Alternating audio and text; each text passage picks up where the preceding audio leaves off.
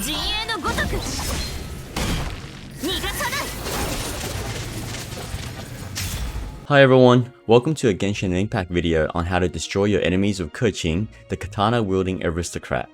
In this video, we'll be covering an Electro-based playstyle for Keqing, going over her specialty, skill overview, recommended artifacts, weapons, team synergy, combo showcase, and her constellation. Now without further ado, let's get right into it. Keqing is a nimble top-tier AoE burst damage dealer that can consistently apply electro damage. She's capable of dishing out big bursts of electro damage to groups of enemies while teleporting around the battlefield with her stellar restoration and starwood sword. Keqing's basic attacks consist of 5 consecutive acrobatic sword slashes, with the final hit giving her full momentum through most enemies. Her charge attack does a quick double slash which deals AoE damage to enemies in front of her. It is worth noting that a charge attack combo does over twice as much damage compared to her default 5-hit combo, but the downside of that is it does consume stamina. Keqing's elemental skill is Stellar Restoration. Using her elemental skill will result in a lightning marker being thrown a short distance in front of her that will deal AoE electro damage. From here, you have the option of using E again, where Keqing will teleport to the lightning marker and inflict further AoE damage, while turning her basic attacks into electro damage for 5 seconds. Alternatively, you can use a charge slash attack while the lightning marker is active, and you will inflict a thunderclap slash from your current location and inflict AoE electro damage without the teleportation. Note that the electro damage conversion buff is only available once you have activated Keqing's first ascension talent, Thundering Penance. Stellar Restoration can also be held so that the marker can be manually placed anywhere around her. This allows for various creative combos and for you to attack enemies in hard to reach places. Keqing's elemental burst is a starwood sword. Using her elemental burst will unleash a series of electro-based attacks to all nearby enemies, while at the same time buffing her crit rate and energy recharge by 15% for 8 seconds. Keep in mind that the buff is only available once you have activated Keqing's 4th ascension talent, Aristocratic Dignity. As for recommended artifacts, the top endgame choices for Keqing will be the Thundering Fury and Thunder Soother. As the vast majority of Keqing's damage is electro, she can take full advantage of the 15% electro damage buff from Thundering Fury's 2p set bonus, and if she is paired with the appropriate support teammates, she will be able to proc the 4-piece bonus on a regular basis. This, combined with her elemental skill's already short cooldown of 7.5 seconds, makes this set an ideal candidate to synergize with her kit. The Thunder Soother set is a second solid choice for Keqing, as it provides a 35% multiplicative damage bonus to units affected by Electro, as well as a 40% Electro resistance. As Keqing is capable of outputting consistent Electro damage to enemies, she can take full advantage of this larger damage bonus. However, do keep in mind that you will have difficulty in applying consistent Electro debuff to certain enemies when they have inner elements or shields, so this set can be situational at times. However, it is not recommended to farm artifact dungeons before you hit adventure rank 45, so in the meantime it is perfectly okay to use a combination of the following 2 pieces: Gladiator's Finale, Resolution of Sojourner, Noblesse Oblige, Braveheart, Gambler, and the Berserker set. As a main damage dealer, the top stat to look out for will be electro damage percentage, critical rate, critical damage, and attack percentage. Keep in mind that Keqing gains critical damage percentage as she reaches higher ascension levels, so it is all the more important to make sure that you do not neglect your critical chance stat so that you can capitalize on her above average critical damage stat. On your artifact, you should aim for a attack percentage on the main stat for your timepiece, electro damage bonus on your cup slot, and critical chance or critical damage on your headpiece depending on what you are lacking. Ideally, you will want to aim for a 100% attack bonus from all of your gears, up to 85% critical chance, and as much critical damage and electro damage bonus as possible. As for weapons, Keqing certainly does not lack for options. Lion's Roar and Aquila Favonia are 2 of the best options for our bold aristocrat, with the Lion's Roar having a slight edge over Aquila Favonia when it comes to electro-based attacks. However, Aquila Favonia follows very closely behind due to his higher base attack, and it overtakes Lion's Roar completely when it comes to physical damage, allowing a bit of extra versatility when dealing with enemies with high electro resistance or immunity. Also take into consideration that Aquila Favonia has a self-heal proc that can occur every 15 seconds at base refinement.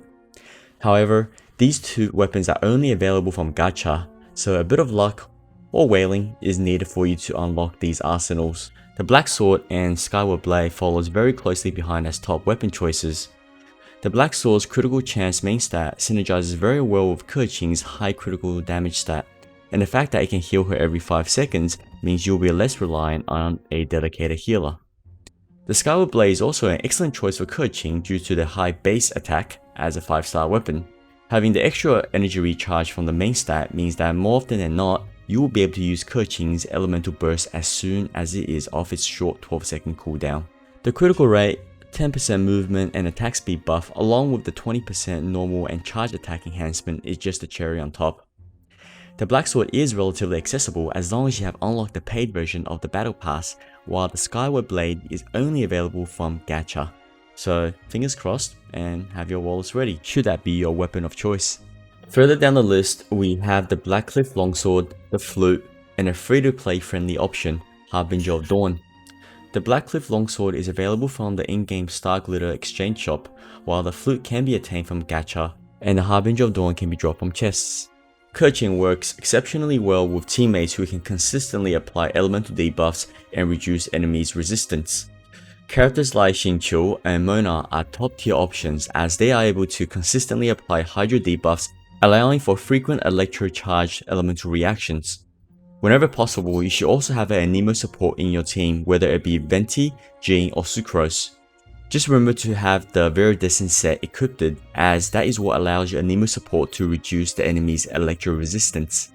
Xiangling also serves as an option as her elemental skill allows you to consistently apply the pyro debuff on enemies, paving the way for the overloaded elemental reaction. Fischl deserves an honorable mention as she is a top tier support unit who can dish out consistent DPS from the sidelines while at the same time activating the high voltage elemental resonance with Keqing allowing for faster energy generation. Here we can see a scenario where we put Keqing's kit to good use while synergizing with her teammates. We initiate combat by activating Xingqiu's elemental burst for additional damage, and close the gap with Keqing's elemental skill. We swap to our Anemo support to reduce the enemy's electro resistance.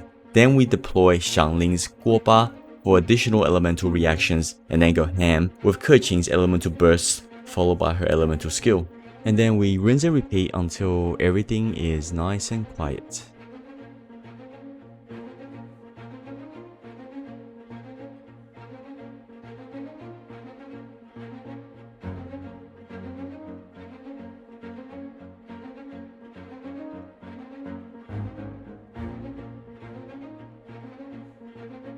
As for the much desired constellation bonus, you will be pleased to know that Keqing is not reliant on unlocking any of her constellations to be able to perform as a top tier damage dealer.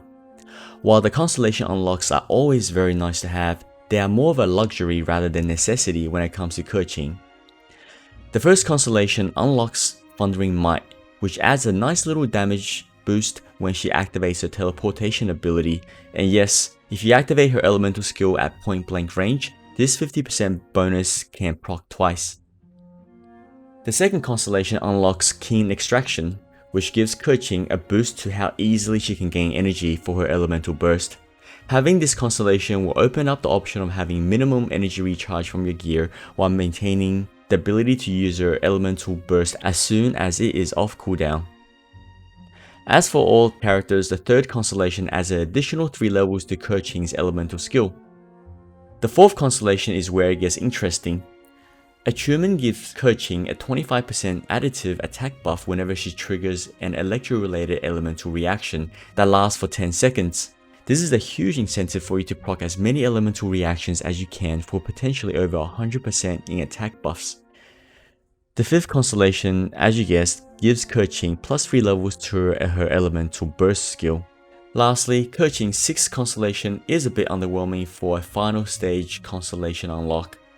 Assuming you can maintain a tight rotation of her normal, charge, elemental skill and elemental burst, you will be granted a 24% electro damage bonus buff for 8 seconds. While that bonus is multiplicative and will add a respectable damage boost, it is not quite the mind-blowing final unlock that some of us might have anticipated.